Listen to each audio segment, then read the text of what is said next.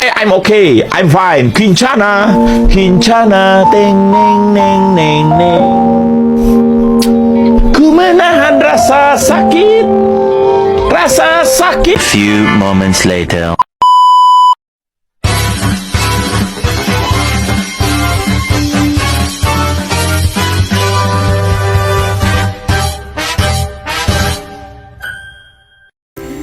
Kerjasama antar negara.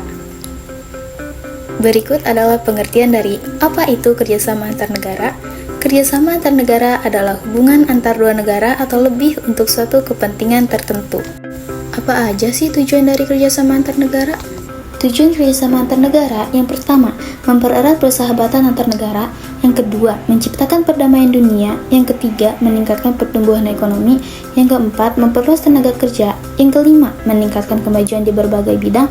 Yang keenam, untuk melengkapi kebutuhan negara. Dan yang terakhir, mencegah terjadinya konflik. Bentuk kerjasama antar negara dibagi menjadi 3 bentuk. Yang pertama, kerjasama bilateral. Yang kedua, kerjasama regional. Dan yang ketiga, kerjasama multilateral. Pertama, saya akan menjelaskan kerjasama bilateral. Berikut adalah penjelasannya. Pengertian kerjasama bilateral. Kerjasama bilateral merupakan kerjasama yang dilakukan antar dua negara yang terdapat aktivitas timbal balik kedua pihak negara tersebut.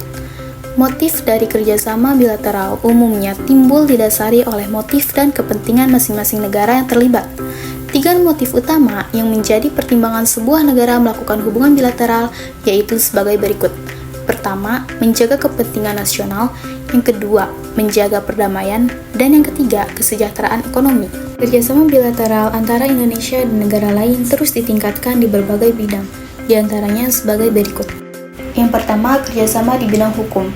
Kerjasama bidang hukum merupakan kerjasama yang bersangkutan dengan masalah hukum, di antaranya dalam bentuk Interpol, perjanjian ekstradisi, dan pertukaran pertahanan. Yang kedua, kerjasama di bidang ekonomi. Kerjasama bidang ekonomi meliputi perdagangan ekspor-impor, penanaman modal, utang piutang, dan lain sebagainya yang berkaitan dengan masalah ekonomi serta pemenuhan kebutuhan masing-masing negara. Yang ketiga, kerjasama di bidang pendidikan dan sosial budaya.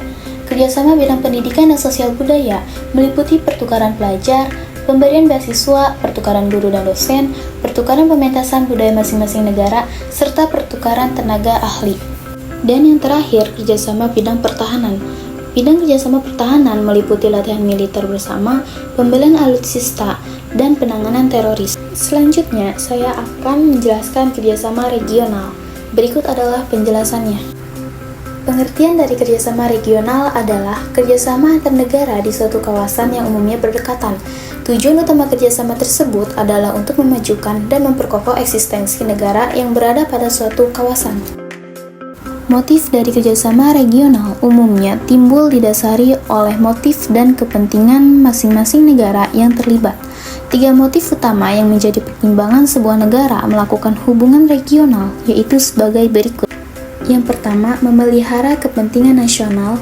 Yang kedua, memelihara perdamaian. Dan yang terakhir, meningkatkan kesejahteraan ekonomi. Contoh kerjasama di bidang regional. Yang pertama adalah Association of Southeast Asian Nations atau ASEAN. ASEAN adalah organisasi kerjasama multibidang yang dilakukan oleh negara-negara di wilayah Asia Tenggara. Awal mula terbentuknya ASEAN yaitu setelah terjadinya krisis ekonomi pada kelima negara bekas jajahan kolonialisme di wilayah Asia Tenggara, kecuali negara Thailand. Thailand menjadi satu-satunya negara yang tidak mengalami penjajahan, dan perwakilan dari kelima negara tersebut sepakat menandatangani perjanjian kerjasama di Deklarasi ASEAN pada tanggal 8 Agustus 1967 di Bangkok. Berikutnya contoh dari kerjasama di bidang regional, yaitu Asia Pacific Economic Cooperation atau APEC. APEC merupakan forum kerjasama di bidang ekonomi yang didirikan pada tahun 1989 di kawasan Asia Pasifik. Saat ini jumlah negara anggota APEC sebanyak 21 negara. Anggota APEC saling berinteraksi sebagai entitas ekonomi, bukan sebagai negara. Dan yang terakhir, kerjasama multilateral. Berikut adalah pengertian dan penjelasan kerjasama multilateral. Kerjasama multilateral merupakan bentuk kerjasama yang melibatkan lebih dari dua negara maupun kelompok. Motif dari kerjasama multilateral umumnya timbul didasari oleh motif dan kepentingan masing-masing negara yang terlibat. Tiga motif utama yang menjadi pertimbangan sebuah negara melakukan hubungan multilateral yaitu sebagai berikut. Yang pertama, memelihara perdamaian. Yang kedua, memelihara kepentingan nasional. Dan yang ketiga, meningkatkan kesejahteraan sosial. Berikut adalah contoh dari kerjasama di bidang multilateral.